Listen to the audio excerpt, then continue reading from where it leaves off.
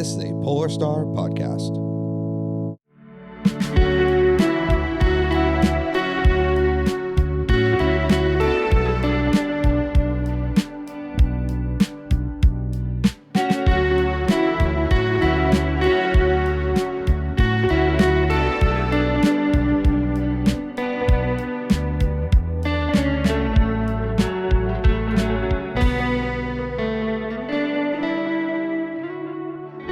Yo, welcome to Better Tomorrow, a series of conversations on national issues through a local lens with me, your host, Tim Duffy. It's become glaringly obvious that it's necessary to start a podcast in order to become a licensed comedian. However, I didn't want to start one until I had an idea that I found mildly interesting and semi-unique. So in time, A Better Tomorrow came to form, and now it's finally ready to present to y'all. We've all been through a lot this year. There's no need for me to recap it. We did see that real change is possible when people get together, whether it be for positive or negative. All I know is that my focus on a life of leisure has been pretty selfish. But I'm also aware that as a comedian, I'm building a platform that I would like to utilize towards building a brighter future for all of us.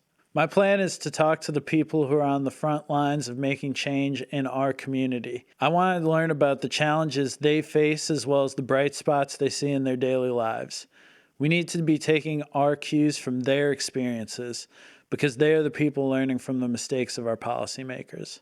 Please forgive me for including the occasional comedian because I know a bunch of them. Nothing is going to change for working people in this country unless, surprise, we work for it. As long as profits continue to be the driving force behind employers and politicians, the gap between the few and the many is going to continue to spread until this country becomes a pit of despair. I want to start fighting against that in the only way I can, by amplifying the voices and ideas around me. We need to start small, unite locally, and bring in as many people as we can along the way to building a better tomorrow. That's right, tomorrow. But with a Tim. Connect with me on Instagram and Twitter at A Better Tomorrow. Thank you to Polar Star Podcast for giving me this platform. Please visit polarstarpodcast.com for all updates on not only this show, but all the shows coming from the Polar Star studio. And thank you to Parallaxo for the beautiful logo, theme music, and all the graphics moving forward. My first guest is Dave Aceto, owner of Arcadia National Bar. We met last year through mutual friends, and I quickly realized he's one of the most down-to-earth business owners I've ever met. As our conversation moved into politics, as they do these days, I discovered that our views aligned on many issues ranging from minimum wage to healthcare to how small businesses in Portland can help set the bar for a more equitable future. So here it is, my conversation with Dave Aceto.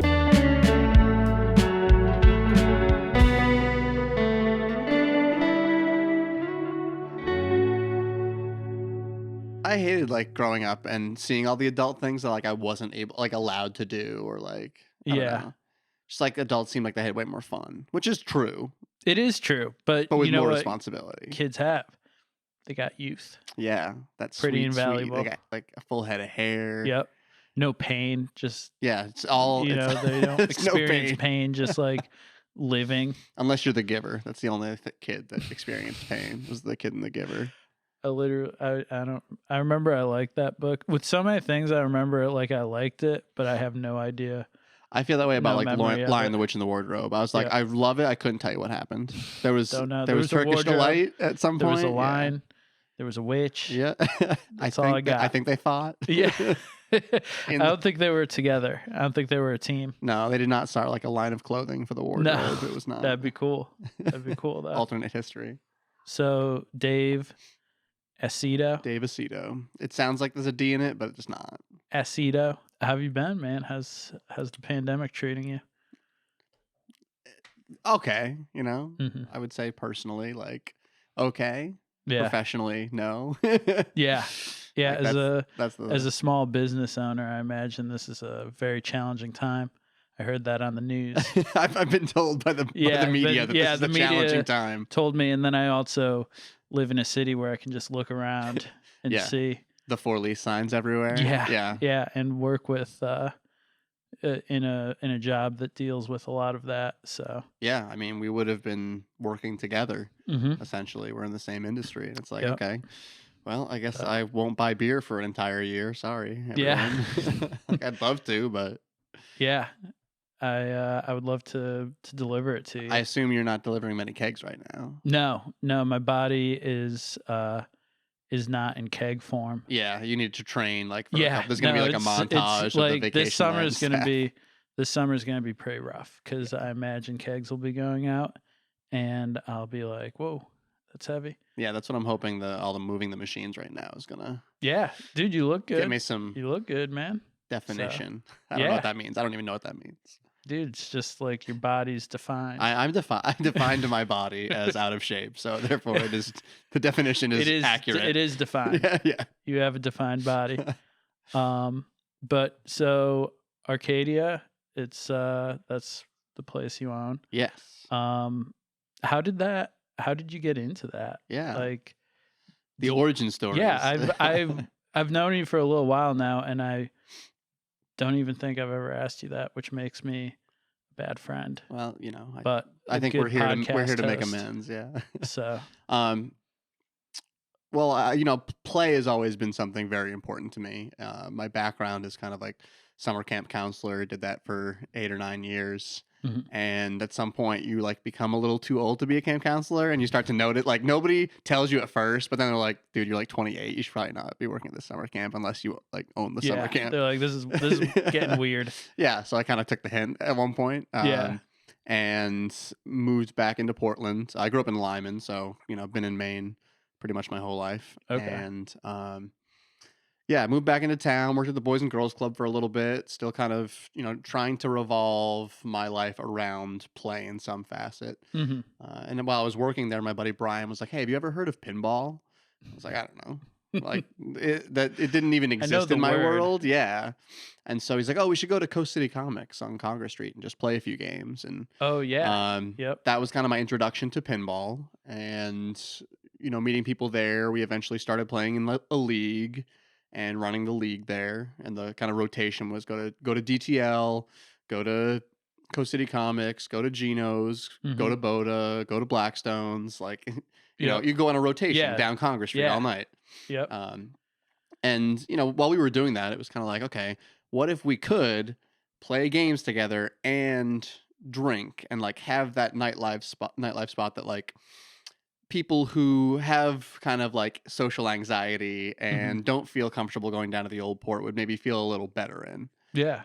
Because that's definitely me, as there's all these bars that, I like the idea of, but when I go there, I'm like, ooh, I don't know if like, for sure. Am I cool enough to be here? Yeah. No,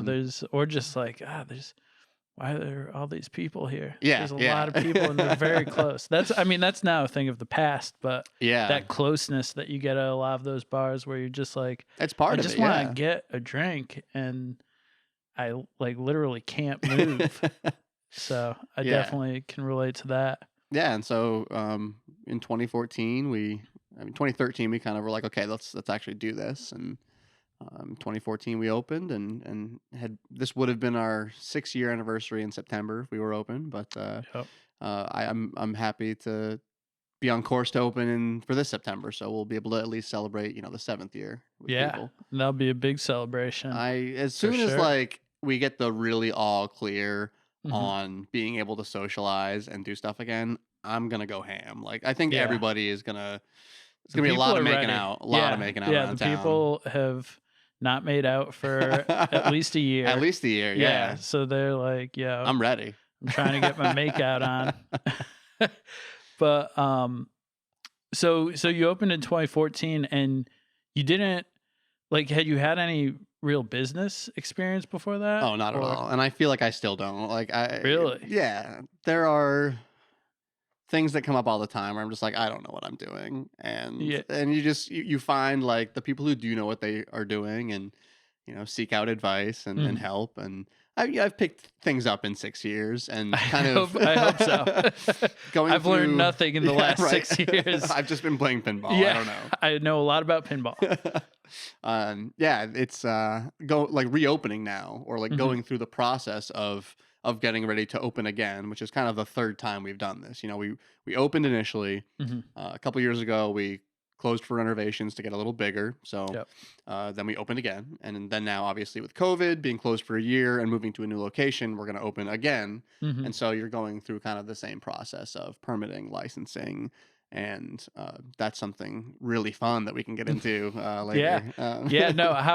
But even when you first opened, because it was a bar, and I know that's different than opening most other businesses. So how was learning that and kind of dealing with the city? Yeah, that's a great question, and it's actually something that I've been working on for a couple of weeks in regards to how those things can change. Yeah.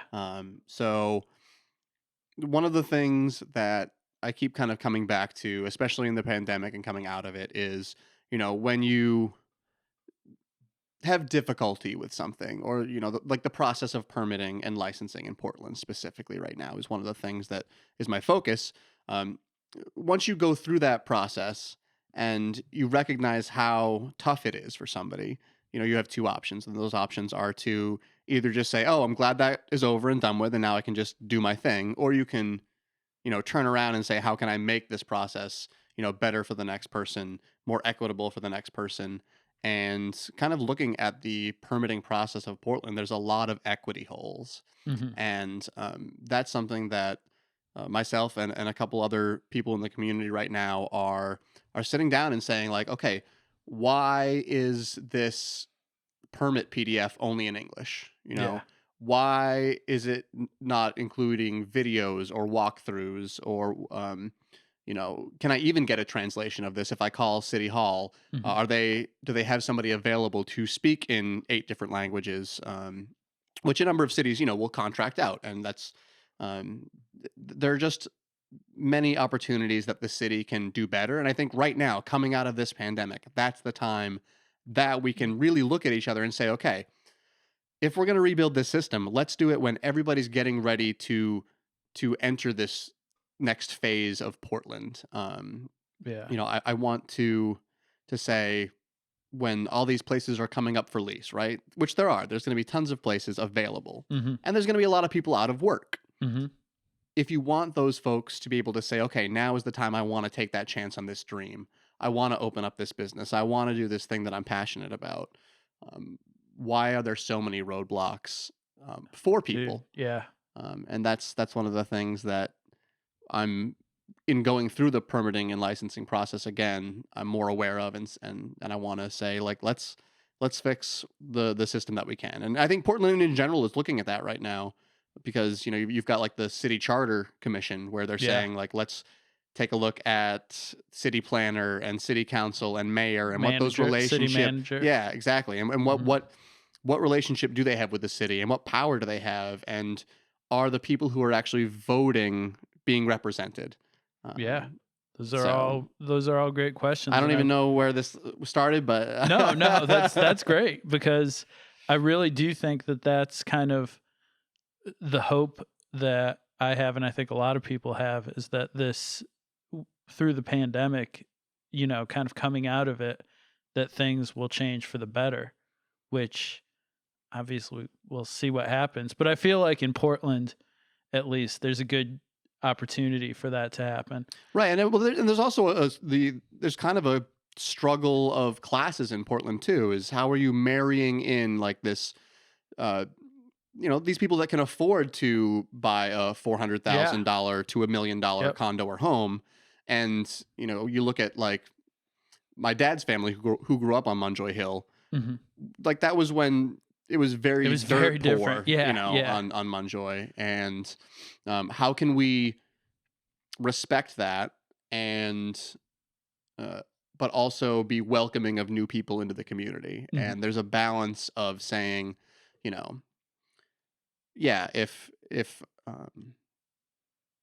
if we do want to all be able to come together, if we do want to make this a city for everyone, which, I think that the way that city council is shifting, I think it's a positive, and I'm encouraged by especially the new city councilors in town. Yeah. That we can make this a city that we are proud of and believe in, and I think we are going to come back stronger and better and ready to kick some ass. Yeah, most definitely. Because I think that kind of touches on something that I've been thinking about a lot, which is kind of what you see around the country a lot, is there's so many opportunities for people who have lots of resources. And there's not just opportunities, but there's assistance given to people who have, tons of resources already. Yeah, I mean, what's the best way to make $1 million? Start with 10. Yeah, exactly. Exactly. And I really hope that we do start to see a change in that where we kind of realize that we should be giving more assistance to those who don't have the resources. Because it's not like there's no shortage of ideas from that group of people. I think we're seeing that a lot with what's happened over the last year in terms of PPP money and how much is proportionally going to, larger corporations, or, who's the quickest to get a bailout. It's not small businesses. Yeah. We've had to basically lobby for a year for some kind of bar and restaurant assistance when, I think that we've been among the hardest hit industries, along with stages. Yeah, hands down, those are the hardest hit industries. And it's like, what has been done? Yeah, I mean, we were mandated by the state to shut down for a calendar year. And, the state was like, here's $20,000, good luck. And like, I appreciate that $20,000. Yeah. But I've paid $60,000 in rent for a useless space. So like, what else is there? I want to be, thankful that I'm getting this assistance, but I think it's okay to say that it's not enough. It's not just for you or for the rent, but like the employees and the people who work for you and the people. I mean, that is Portland. Portland has become a tourist city that relies on bars and restaurants, and that was taken away by the pandemic, as it should have been. That was the right choice. It would have been nice if everybody in the country did it. Yeah. But it's like, you gotta, if you're gonna do that, which should have been done, but it seemed like the assistance wasn't there. And it seems like, I mean, like, you look at this is what we're about to get is the third check for just regular people. Right. In 1 year, and it totals, it's like $4 a day or something. Yeah. And it just shows, I mean, how much that small amount of money has helped me is insane. Yeah. Like, I was able to get a root canal and a laptop, and I hadn't had a computer for about 5 years. I peed on my previous one. That's as one does. Another story, though. Yeah, that's how you get rid of your old laptops. Yep. Mine was drunken New Year's Eve, knocked it off the bar, and that was gone. Somebody had to like run in with music like very quickly to not destroy New Year's Eve. Was it pre or post ball drop? So at this particular one, it's hard to tell because I like checked the phone and it was 12:04, and I just started counting because everybody missed it. Like nobody knew. Which is like a good sign because that's the best. We were all hammered. Yeah. So it's like, okay, that's the best 12:04, New Year's Eve. 10, 9, and just everybody caught on, and we, whatever, a little late to the game, but it still counts. It's the feeling that counts. That's right. So that's what really matters. Yeah. So I got a laptop and a root canal, and it's like, I wouldn't have gotten either of those things if it weren't for just that small amount of money. And I think that goes to show not only that assistance was needed during this, but just how much, if people got paid more. Right. Those are essential things. Yeah. And I mean, if we're going to continue to talk politics, it's going to roll right into $15 minimum wage, Yes. Which I did want to talk to you about. So that's a nice transition. Yeah. I mean, look, that money, and like, to your point, for people like us, and I'm just going to assume that we are probably around the same, we're not making more than, or at least I'm not making more than $50,000 a year. Yeah. I'm not making more than $30,000 a year, but, when we get paid, that money is going to essential things, to necessary things, and it's staying local. Yeah. So when you look at again, equity, I keep coming back to the word of equity, and like tax equity is a big one. When you are giving enormous tax cuts to the wealthy, that money is not going to trickle down anywhere. No. It's not going into the economy. It's going into a yacht. Yeah. It's going into an island. It's going into laundering money. Like it's going into things that you will never see. And like for us, it's going to groceries. It's going, it's going to the Portland Food Co-op. It's going to, my local car mechanic. Yeah. It's going to my favorite bar and restaurant. And I think that's the big point is there needs to be a shift in how we think of money is being spent, and to forget the idea of trickle down economics. It's a myth. That's a horrible. It's a perpetuated myth from the elite. Yeah. And they were like, "Yo, that actually worked." Yeah, right. Yo, we told them we'd give them some money, and Yeah. they just bought into it. Because it seems so simple to me. It's like the more people who have more money, the more money is going to be spent. Right. Because if a small number of people have the money, there's only so much money one person can spend. Yeah. And it's like I was thinking about this the other day. Like if you think about, especially for a city like Portland, if more people were making money, the restaurants would be doing so much better. Yeah, because like I want to go out to eat. I want to support and that's the thing about having 70 world-class like restaurants in town is you want to go support all these places. But I can get takeout once a week. I should get takeout once a week. I probably do it like 3 times. Struggle. Yeah. I just don't see how that's not on everyone's mind like almost all the time, because we should all be making more money. Yeah, and we need to go back to that. When you cross that bridge, you don't keep walking. You make it better for the next person. So when it comes to student loan debt, don't just say, "Oh, well, I had to pay student loans, so you have to." Yeah. You know what? Why don't you make it better for the next person? Yeah. When it comes to so I used to make $7 an hour, and that was enough for me. Okay, but it's 20 years later. Make it better for the next person. Yeah. You know? Yeah, and I just people are so frustrating. Yeah. Just be nice, be good. Yeah. Just treat other people how you would like to be treated. Yeah. Like, this person doesn't deserve that. How do you know? Yeah. You don't know that, and you don't know what other people go through just to make it by. Yeah. I mean, paying rent and that alone is a struggle, in Portland, because prices are high. And I firmly believe that you should be able to live where you work. And I agree. Like, then there's something to be said about rent control there too. But at the end of the day, I think $15 an hour is an ethical choice. And to be honest, that's not even enough. Like right. Like that should be the minimum. Yes. Like that is the bare minimum amount you can get by, and it's still, you're going to have to work hard with that. And the fact that it's federally $7.25 is insane. Yeah.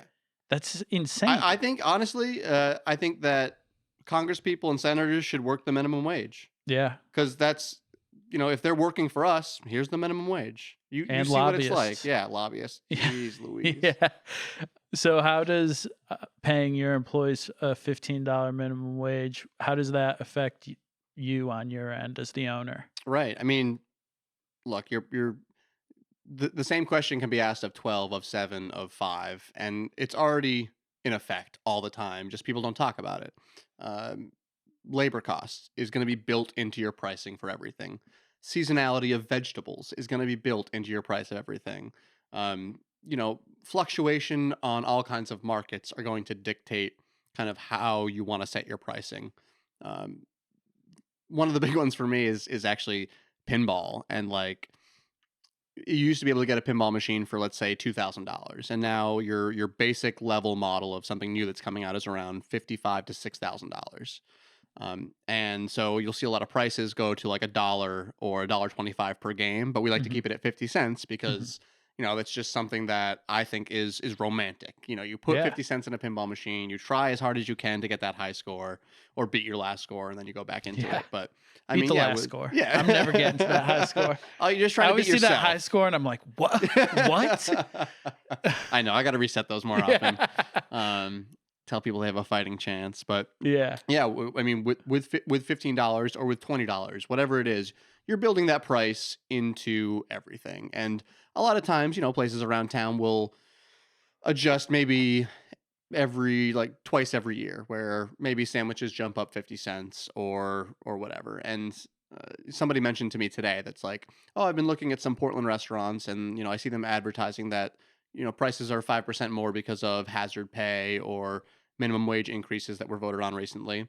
And I think there's two ways to look at that for me, and one of them is just, hey, it's an informative thing for people to understand what's going on, and I think it's smart that people know what's happening to your business. And then I think there's also kind of like the people who don't like it are saying it as like, oh, well, I'm sorry, but I have to charge you 5% more because apparently my employees deserve $18 an hour in a pandemic. And it's like, yeah, they do. Yeah. So yeah, you build it into cost like anything else. And you're not passing all of you're already passing the weight of anything onto a customer. Like that's business. You need to make money. Yeah. And that's how business works. So, if I buy a keg of beer and the beers cost, $4 a pint for me to pour, and you're paying $7 or $8 for it, like that's the economy. That's business. And the same thing with $15 minimum wage. It just goes in like everything else. And $15 minimum wage is catching up to the economy. It's not the economy is not going to adjust based on $15. It's like we needed this years ago.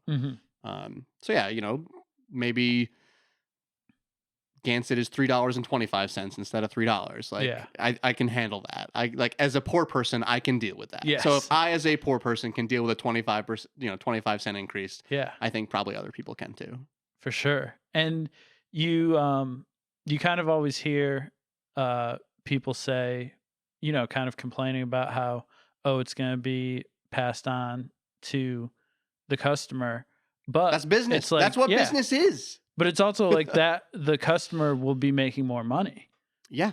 Because of the price increase. And with so many of those things, like you were saying, like the price of everything has been going up, but the wage has not been going up. So it's about time that the wage has caught up. Yeah, I feel like it's an inchworm. You know how like an inchworm crawls? And it's like, okay, there goes the economy, and then the minimum wage has to catch up. And then there goes the economy, and minimum wage has to catch up.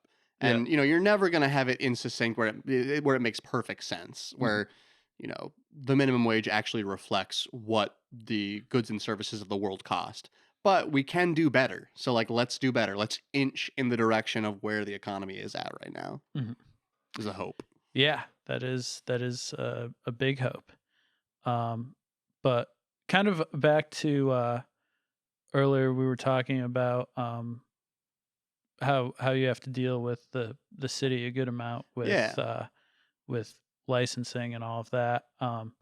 Do you see the city helping you in some ways, or does it always kind of feel like you're like the burden is on you? I think it depends like department to department.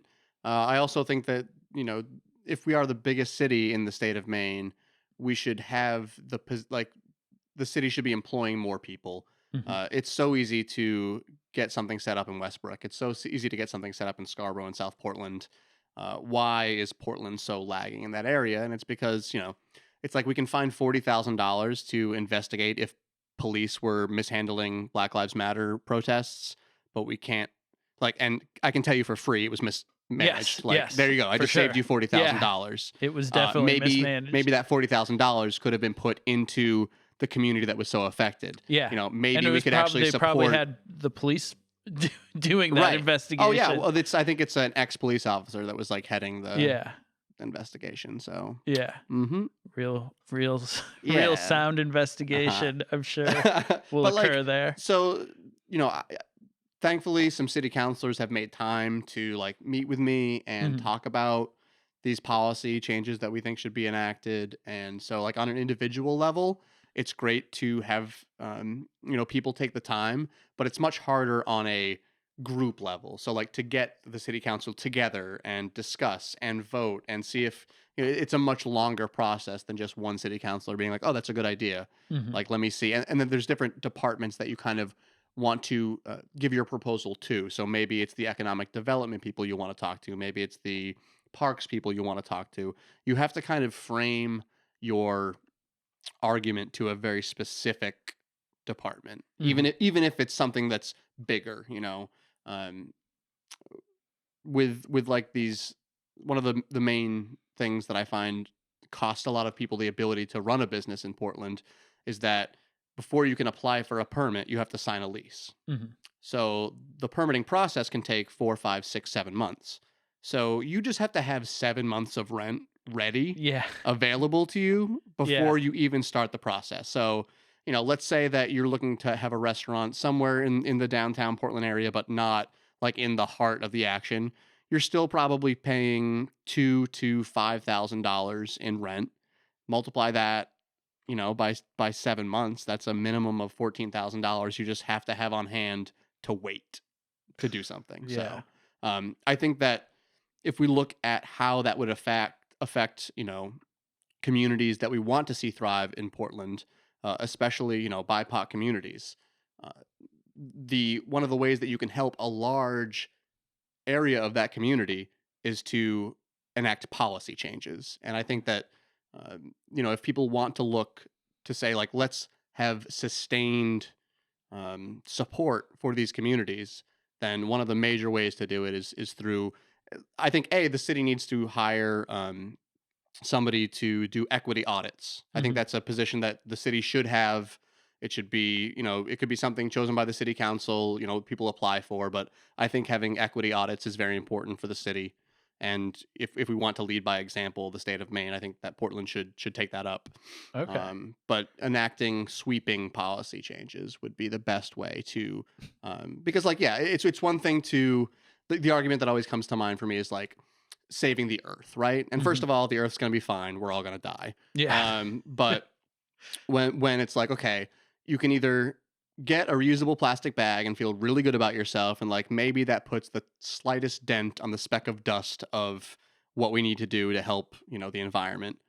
But really, like, the best thing that you can do is vote somebody into office that affects policy changes, that holds corporations accountable, that changes the way that the system works. And I think we can do that at a city level. Is let's change the system. And I mean, that's where it has to start. Yeah. Like, it has to start locally. Yeah, it has to start locally. And I think that was kind of my big takeaway last year when it kind of looked like Bernie was, actually making a legit push, and then that ended in one day. But just kind of that realization that that kind of movement has to start locally.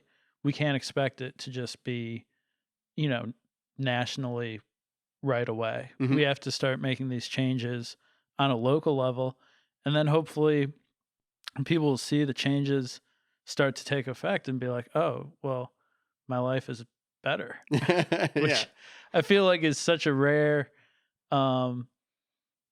feeling for at least, I don't know. I've never felt like any politician has really improved, Well, that's the argument that I make to friends of mine that are conservative and have like traditionally voted Republican. I will say, like, okay, how has your life specifically changed between, Clinton, Bush, Obama, Trump, Biden? Like, show me some real Minimally. meaningful change in like my life has not changed. Yeah. No. It's just not. And there are things I love and hate about all of those politicians. And there's being like a very liberal, progressive leaning person, nobody's enacting the changes that I want to see, and they never have. And it's like, if conservatives are scared of Biden, like, why don't you wait until you actually hear from somebody who's a actual left leaning person? Yeah. Because Biden's just Republican light. I dream of that Bernie world every day. I know. And hopefully someday we get there, but it really does have to start on a local level. And also kind of speaking about local issues, I think something that we've kind of been alluding to in this conversation is what makes a city a desirable place to live, I think, is diversity of, not just race, but also of class. And I think the way you see a lot of cities going, especially pre-pandemic, it was just becoming a place that only rich people could afford to live in. Yeah. And I think that destroys the allure of cities, because then it's just going to be a city where rich people can go. Right. And who's opening these businesses that it was such a diverse class, the amount of rich, poor, middle class people that opened businesses in Portland made Portland what it is. So you can't just expect all these wealthy people to move into town and sustain the thing that made it special. Yeah. You need to be able to take like nobody believed in Arcadia when and sure, my mom did, but a bank didn't believe in Arcadia. The landlords of businesses, of these spaces for rent, they didn't believe in the idea.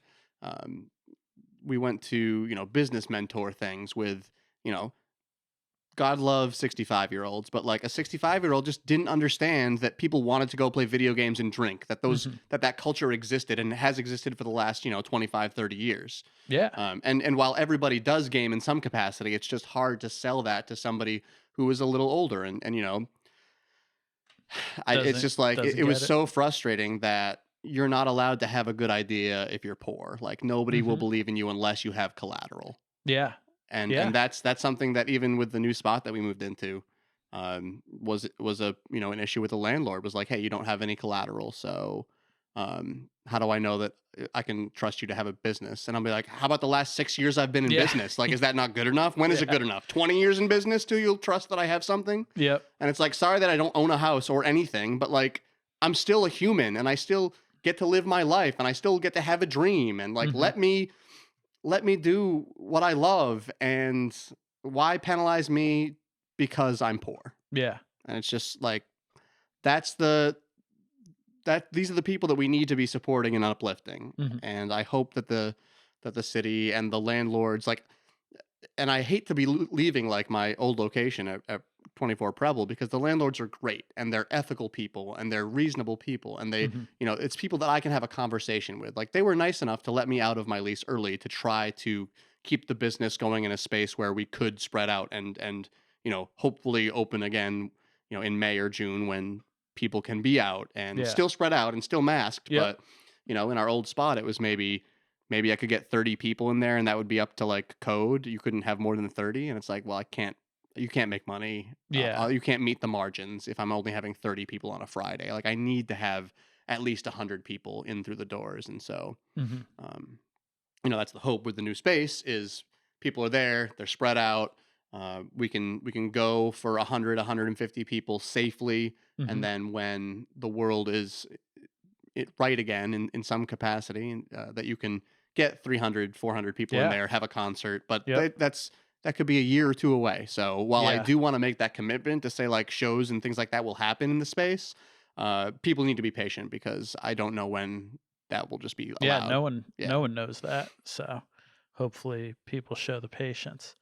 But do you see a lot of the other business owners around Portland kind of in a similar situation to you where it's not like where they're not like rich people, I guess is the easiest way to put it. And it's like rich people is not a swear, It's like you can be rich, like maybe it just happened and it doesn't make you any better or worse of a person. I mean, I think a lot of us are people who work at our businesses and you're spending, the goal is to like be able to spend 30 hours a week at your business, which is why you start by spending like 60, 70, 80 hours at that business. That's one of the ways that we do, save money is that we don't pay ourselves a livable wage and we're there a lot. And, I like to think that I bring something important to the business. Sometimes I will pause and be like, wow, like I definitely lucked out to build a world where I can just, facilitate gaming and facilitate community. And like, I'm lucky to be getting paid for this, but at the same time, I'm definitely not like paying myself a living wage. I think the first year I made $15,000, which is like, I'm glad that I made it, but that's not minimum wage for the hours I was working. And I think that's the case a lot of around town, and especially it's been tough to watch all these businesses that you do love and like these business owners that have to decide between opening their business and sacrificing some of their personal health or if they owned two businesses, getting rid of one of them. And that's tough because it's not, that is your child in some ways. You've not like taking anything away from people who have had children and raised children. That's much more difficult and much more real. But, these are things that we raised from the ground up. Yeah. And sounds like they might be equally difficult. Yes. I don't. But I can't imagine there are people who do both. There are. Which sounds it's like quite difficult. How do you do it? And it's been tough for everybody. I'm happy for the people that were able to find a niche in the pandemic and make some money. Like, absolutely, I'm not going to ever stop anybody from getting that paper, but it was a lot of choices, constant choices, and constantly questioning like what is going to happen. I mean, after 2 weeks of closing down, I mean, when we were told we were going to close down, it was like, okay, this will be over in 2 weeks. Not worried about it. I remember those. And then it's like 1 month in, and you're like, okay, well, it's almost summer. It's going to go away. Not going to worry about it. And then 2 weeks turns into 2 months, turns into 6 months. And that you're just always like, how am I going to read the future and try to make the right move for what I think the world is going to be? Yeah. It used to just be like, boy, I hope I sell enough beer on a Saturday. Hope a lot of people come in. Yeah, right. And now it's you're making decisions that will affect your business and your life with very, very little information. And so, and I understand that we're all kind of flying by the seat of our pants because nobody was ready for this. And, but it brought to light a lot of these holes that, especially with like unemployment in the state of Maine, like we're paying money into unemployment, but it's not there. Like, how does that work? Yeah. And how can we be more transparent in governmental transactions and, even like voting? That would shut everybody up. Just make it public. I don't care who you voted for, but if you want a quick and easy way to figure out how fraudulent something was, just make it public. Yeah. Yep. I voted for this person. Yeah. Get over it if you don't. If you want a free and fair election, just tell me who you voted for. Yeah. And I can go online and look at the list, and somebody can be like, I didn't vote for that person. Yeah. That's true. We're so afraid of like being ourselves and showing who we are, what we support, how much money we make, the things your business stands for. It would make it a lot easier for me as a customer to be like, okay, this business, does this, this, and this. Well, fuck them. You know, there's a couple of breweries in town that I don't buy from because I don't care for who they are as people. Yeah. And it's good to know those things. As a consumer, I think it is important to be able to find out that type of thing. And speaking of transparency, I remember one of the things that I saw you do, and I was like, that's tight, was when you posted how you used the PPP money and you challenged other local businesses to do it. And did anyone else? We got two. Foul Mouth Brewing did it, and Little Woodfords did it. Nice. So Shout hey, you know what? If we were able to make an impact on two businesses to share that, then that's great. But that information is out there and became available. At least how much people received, but especially with bars, it was so different because that money, you're expected to make money with that money. Like that's how it's supposed to help you. Well, you can't make money when you're forced to be closed. So PPP money didn't stay with the business at all. It went to utilities, rent, and employees. And absolutely, the reason it's there is to go to employees. It's a safeguard for them more than it is for us. Yeah. But it's worked into the system that it's an assumed safety net for the business as well. And when, you have these mandated closures of music spaces and bars, it's like, okay, well, I understand that you're trying to do this sweeping help for everybody, but you really need to look at the people that are affected so massively different. Churches. What the fuck? Churches. Yeah. Did churches get so a lot much? of money? Like millions of dollars in Portland. That makes no sense.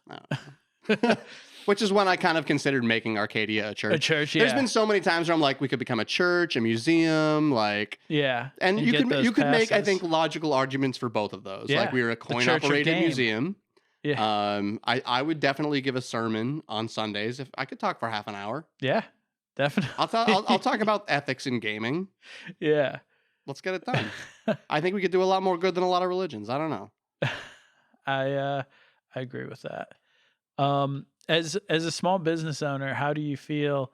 I feel like that's kind of the most abused word in politics. Oh yeah. Now. Oh, it's like small business owner, the elderly, and education. Yeah. Like nobody's going to run and be like, fuck education. Nobody's going to be like, I hate the elderly. No, everybody's going to say they love small business, old people, young people. But it also, I feel like it's always used as like all small businesses are good things, which I don't think is always the case, because I think a lot of it is based on who owns it and how they treat their people. And I've worked for small businesses that are great, and I've worked for small businesses that aren't great. But whenever you hear the word small business, it's treated like it's a good thing. Yeah. And I just don't know why people accept that. And it goes both ways too, I think, that there are large businesses that are, okay. They're all evil. Yeah, I'm looking at you, Dave and Buster's. Fuck yeah. you. I would never support Dave and Buster's. Thank you. So Thank you. I want to I appreciate that. Let you know that. Arcadia 1, Dave and Buster's 0. Yep. Yep. But I think now is a good time to talk about the move. Yeah. Must have been a huge decision to make, and kind of what made you. Well, you touched a little bit on what made you think about it, because you need to have more capacity. But how did that kind of come about, and how's it going? Yeah, it was a little bit of a perfect storm of opportunity and necessity. And, we really, when everybody was bummed when Port City decided to shutter. Mm-hmm. And I think it was a part of, like a larger conglomerate, I think, owned a bunch of smaller venues, shut down a third of them, and said, peace out. We're not going to worry about it. Yep. And, when you lose a community space like that, you worry about like what's going to happen to it, and, who might take it over or what they might do with it.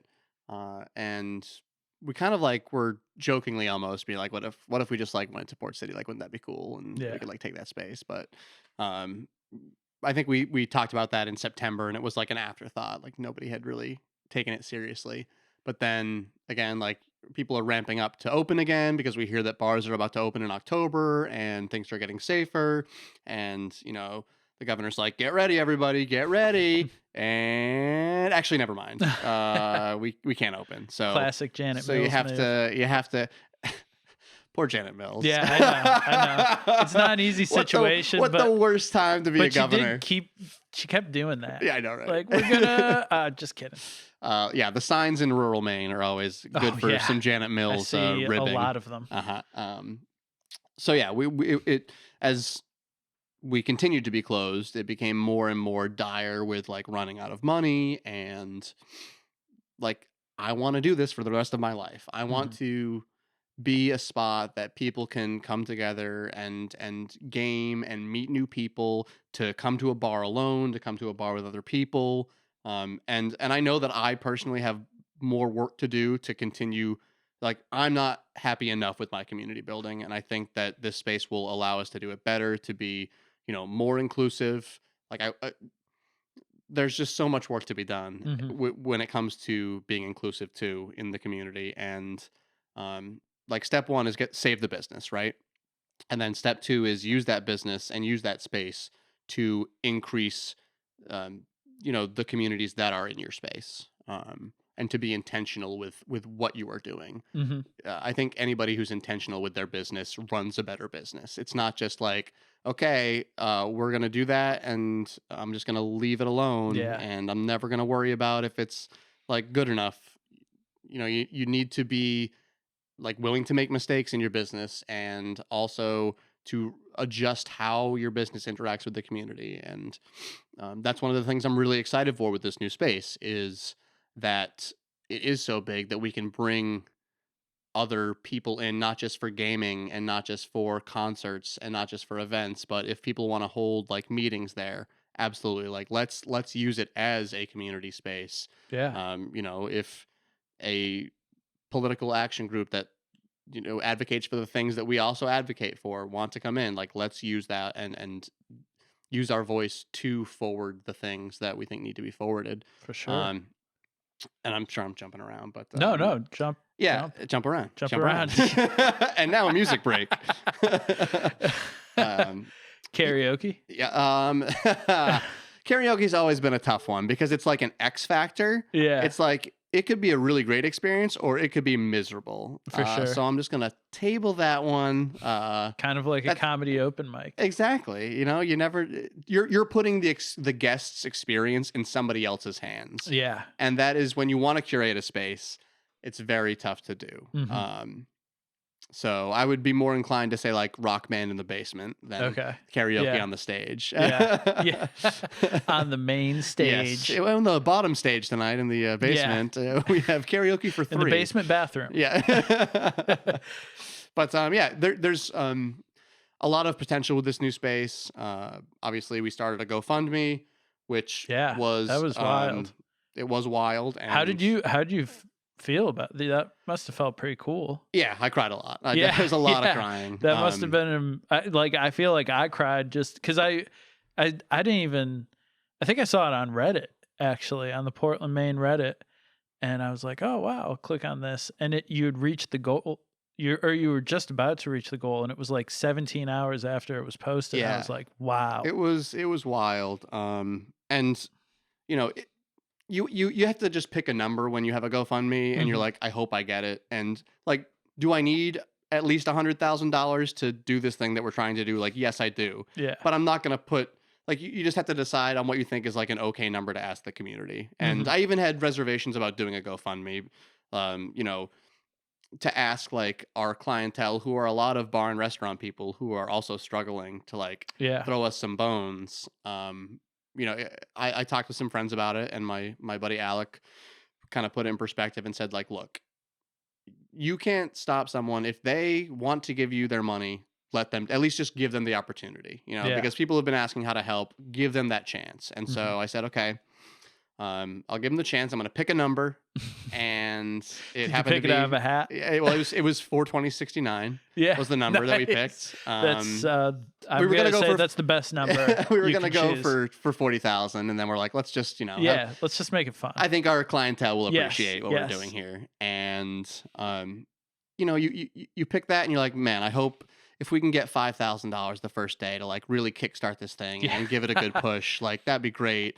And I was, I didn't even know if we would hit 40, to be honest. And like I said, when you need $120,000, you just kind of say, okay, here's what I think is an ask that will work. And there were so many of my friends I'd talked to the next day that were like, yeah, we just sat at home refreshing it all day. And it's like watching it go up. And it was like it felt like we were all together at the bar again, but we were just sitting at home, clicking, refresh. It's like, there's another 200. Like, I almost wanted to do like a telethon, like a Jerry Lewis, phone bank telethon. Yep. Get some live acts in there. Yeah. Right. Next time. Yes. Next pandemic. Next pandemic. I promise a telethon. Nice. And I love the video that you did for it. And I think you did do a great job of I think there were plenty of people who just saw it and were like, oh, I'll contribute. But you made a great case in that video for why this is important and why it's, a good thing for the community. Because, dude, Dave & Buster's could have been moving into that space. Yeah. And as you know, we don't want that. Yeah. Yeah. Fuck Dave & Buster's. Buster's okay, but Dave. There's only room in this town for one Dave. Yeah. Dave & Buster's is not this Dave. Yeah, that's it's correct. A different Dave. I would like to make that known. Make that clear on this podcast. That would be great if I was like big business Dave & Buster, but I just never told anybody. This Arcadia is like it's like how they do like Buffalo Wild Wings rebrands as like wings and stuff on like the delivery apps. It's like, oh, what's this local wing place? And you're like, it's just Buffalo Wild Wings. Really? Oh yeah. Dude, I think like Chili's or Applebee's did that. I definitely was like, one day I was just looking at like one of the apps and I was like, what's this wing place? Yeah. Glad I don't eat wings. Really. So, I heard Cheval is just actually Dunkin' Donuts. I'm kidding. I love you, Cheval. I heard Arcadia is just Dave & Buster's. Yeah, it's true.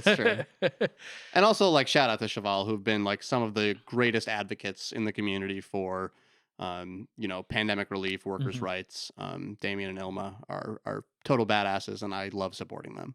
That's great. Yeah. And there are so many so many places around Portland that are great and do deserve support, and I hope that people are supporting them, because I know I try to. Yeah. And that's one of the difficult things about not having a lot of money, is you do kind of have to make those choices about where your money's going to go to. And in the last year or two, I really have kind of tried to make a very conscious effort where I'm willing to spend that extra money to support a place that is local, and support someone who's treating who I hope is treating their Right. employees right, which is something you never really know. And I think that's awful. I think there needs to be much more transparency in the way businesses are run. So yeah, and you hope that you're doing okay, and I'm sure that there's many things that I do that are frustrating to employees, but I hope that Nikki and I have had it out a number of times in like a very friendly way, where it's like, hey Dave, maybe you should do this differently, and I'm like, okay, I'm going to listen to you and hear this and try to do better. Because like, look, life is 5,000 mistakes. Like you're a day, just 5,000, yeah, a day. Say, man. I make, and like, I think that's one of the problems with the country, is that we're so obsessed with winning and being right all the time. And it's like, look, you need to embrace being wrong and be willing to correct your actions and correct your thought processes and be willing to learn about something.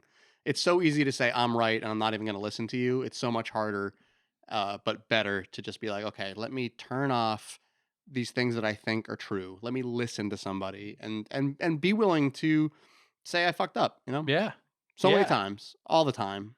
Yeah. And to like, if you're called out, to not just be like, whoa, why are you doing, like, listen to what people are saying. Yeah. But like, listen to what people are saying and try and learn from that. And give people the space to learn. Yeah. To say like, okay. Which is I think very important, because I do think that there is definitely, that's kind of a part of the problem I have with what I see a lot of people on the left doing, especially on social media platforms, is not, because it like, people make mistakes, and we want people to learn, not just be shamed. Right. I mean, that's a huge issue with our justice system. It's just about punishment. It's not about learning anything or from taking that. care so we of the shouldn't victim, be doing that. Yeah.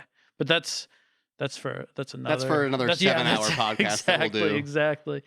Should we just do a 24-hour let's marathon podcast? And then with the year? Phone-a-thon. Yes. Yeah. I'm in. Please call in. 24-hour podcast. I do want to wrap it up here, but to close it out, I just want to ask, what's something that you think people could do, a change they could make right after they listen to this, to make for a better tomorrow? Yeah. Well, I'll first speak as a small business owner and say the best thing that you can do to help small businesses get a vaccine.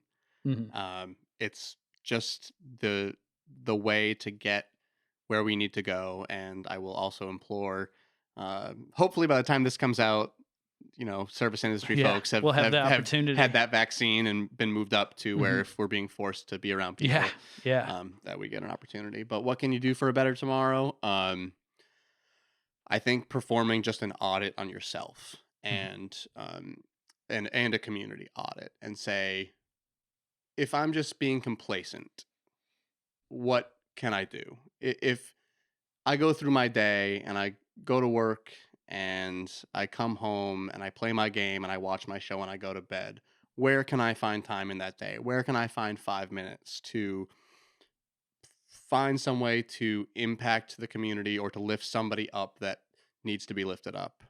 It's easy to celebrate the people that have already won, so it's time to look to the people that want to get into the game and say, where am I gonna put the camera? I want to put the camera on that person. For sure, man. Yeah.